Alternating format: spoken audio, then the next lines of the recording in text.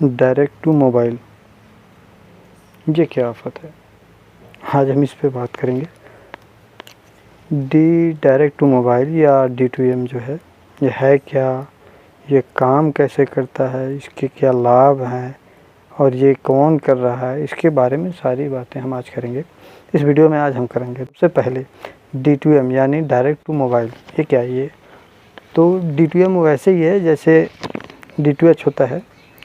ये direct to home, ये television वगैरह पे जो सीरियल्स आते हैं, मूवीज़ आती है, जो वेरियस टाइप के टीवी चैनल्स हैं जो काम करते हैं, उनमें क्या होता है कि वो डायरेक्ट वीडियो जो है बिना किसी इंटरनेट के डायरेक्ट टेलीविज़न पे भेजते हैं, जिसके लिए वो एक सेटअप बॉक्स का इस्तेमाल होता है और एक एंटीना लगाया जाता है घर की छत पे, जिसके माध्यम से होता है। उसी बेसिस पे गवर्नमेंट ये योजना ला रही है जिसके माध्यम से आप सीरियल्स, वीडियोज़ वगैरह जो है, मूवीज़ डायरेक्ट अपने मोबाइल पे देख सकते हैं। इसलिए इसे D2M यानी डायरेक्ट टू मोबाइल सर्विस कहा जा रहा है।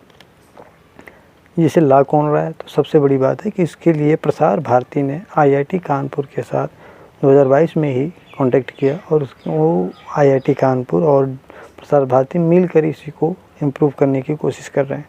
अगर ये संभव होता है तो भारत एक पहला ऐसा देश होगा जहाँ पे विदाउट इंटरनेट के मोबाइल पे ये सुविधा उपलब्ध होगी। अब आते हैं इस पे काम कैसे करता है। तो इसके काम के बारे में जानने से पहले हमें ये समझना होगा कि डायरेक्ट टू होम यानी D2H कैसे काम करता है। तो D2H एक ऐसी सर्विस है जिसमें टेलीविज़न पे वीडियोज़ वगैरह उपलब्ध कराने के लिए एक टीवी चैनल्स होते हैं, ये स्पेक्ट्रम फ्रीक्वेंसी के माध्यम से अपने सिग्नल्स को एक टावर के माध्यम से स्पेस में उपस्थित जियो स्टेशनरी सैटेलाइट को प्रोवाइड कराते हैं। अब ये जियो स्टेशनरी सैटेलाइट क्या है या जियो सिंक्रोनस सैटेलाइट क्या है? ये वैसे सैटेलाइट होते हैं जो लगातार किसी एक विशेष स्थान के ऊपर पृथ्वी के साथ मूव करते रहते हैं। जैसे अगर कहीं कोई सैटेलाइट हमारे भारत के किसी स्टेट से एकदम सीधा हो तो वो पृथ्वी के रोटेशन के हिसाब से ही रोटेट करता है और हमेशा उसी स्थान पर बना रहता है, जिससे अगर कहीं कोई सिग्नल उपलब्ध कराया जाए तो वो डायरेक्ट इस प्लेस पर उपलब्ध होता रहेगा, चाहे दिन हो या रात हो, उससे फ़र्क नहीं पड़ता है। अगर कोई जियो स्टेशनरी सैटेलाइट नहीं है तो वो उसका रोटेशन पृथ्वी की रोटेशन से अगर अलग होता है तो वो कभी भी एक स्थान पर सैटेलाइट से सिग्नल नहीं भेज पाएगा, क्योंकि जैसे ही उनके बीच डायरेक्शन अलग हो जाएंगे रोटेशन की वजह से तो उनका कनेक्शन टूट जाएगा और वो सिग्नल नहीं भेज पाएंगे। इसीलिए जियो स्टेशनरी सैटेलाइट का इस्तेमाल किया जाता है। तो इसमें क्या होता है कि टीवी चैनल्स जो होते हैं वो अपने सिग्नल से जियो स्टेशनरी या जियो सिंक्रोनस सैटेलाइट को सेंड करते हैं और वहाँ से रिफ्लेक्ट होके हमारे जो छतों पे एंटीना लगा रहता है उससे ये रिसीव होते हैं। ये रिसीवर एंटीना जो होते हैं ये रिसीवर का काम करते हैं।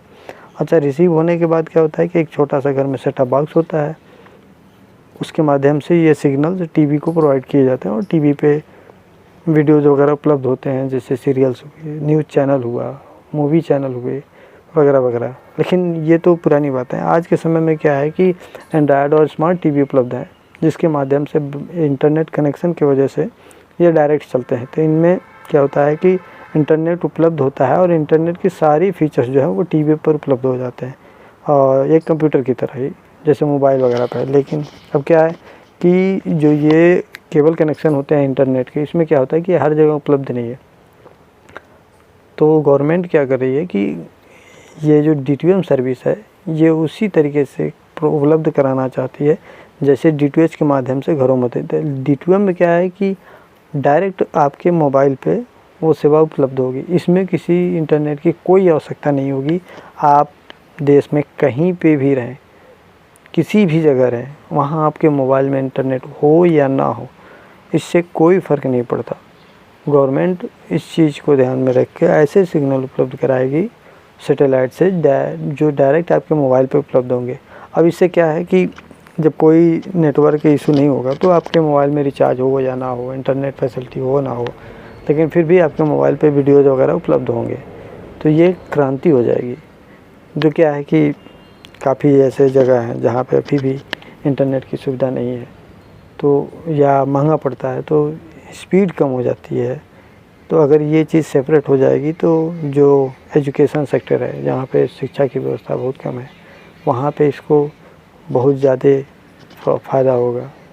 और गवर्नमेंट को किसी आपदा की कंडीशन में कोई अगर न्यूज़ वगैरह प्रसारित करनी हो कि किसी विशेष पर्टिकुलर स्थान पे कोई समस्या है, बाढ़ आने वाली है, तूफ़ान आने वाला है, तो इसकी जानकारी अगर डायरेक्ट मोबाइल पर देंगे, बिना इंटरनेट के, बिना किसी रिचार्ज के, तो इसमें क्या होगा कि कोई भी व्यक्ति हो उसको सूचना प्राप्त हो जाएगी और उसको एक निश्चित सेफ़ जगह पे पहुंचाने के लिए भी ये उपलब्ध होगा। क्योंकि अक्सर बारिश में इंटरनेट काम करना, कहीं पे तूफ़ान वगैरह में टावर क्रैश हो गए तो बाद इंटरनेट काम करना बंद कर देता है। कहीं पे दंगा हुआ, वहाँ पे सैटेलाइट वगैरह जो इंटरनेट व्यवस्था है बंद कर दी जाती है, तो इसमें गवर्नमेंट को भी नुकसान होता है। और गवर्नमेंट कभी भी अपनी सेवाएं, अपनी सूचना और इंफॉर्मेशन ट्रांसमिट नहीं कर पाती, जिसकी वजह से बहुत ज़्यादा प्रॉब्लम होती है। तो अगर ये ऐसा होता है तो इन सब चीज़ों में बहुत ही लाभ होगा। मन में एक ख्याल आ रहा होगा कि अगर इंटरनेट के बजाय डायरेक्ट अगर वीडियो चलने लगेगा तो इससे तो ये टेलीफोन कंपनियों को बहुत नुकसान होगा, पर ऐसा नहीं है। लॉन्ग टर्म में ये अंतर आ जाएगा। अंतर इसलिए आ जाएगा कि अगर कहीं हमारे यहाँ जो मैक्सिमम इंटरनेट का इस्तेमाल अगर वीडियो देखने में हो रहा है, अगर वो वीडियो देखने के लिए इंटरनेट का इस्तेमाल नहीं करेंगे तो इंटरनेट पर लोड कम होगा। तो इससे क्या होगा कि जो बाकी काम है जो इंटरनेट के माध्यम से होते हैं उनकी स्पीड बढ़ जाएगी। एक्चुअल में हमारे देश में जो 4G और 3G चल रहे हैं, इनकी स्पीड उतनी है नहीं जितनी कि मानक मान के उपलब्ध कराया जाता है, लोड ज़्यादा होने की वजह से। लेकिन अगर यही चीज़ें वीडियो वगैरह जो देखने के लिए है, सीरियल्स वगैरह, जो न्यूज़ वगैरह, जो यूट्यूब वगैरह चलाए जाते हैं, अगर इनको हम इंटरनेट के माध्यम से न करके डायरेक्ट अगर करते हैं तो इंटरनेट की स्पीड बढ़ जाएगी और बाकी जो काम है वो आसानी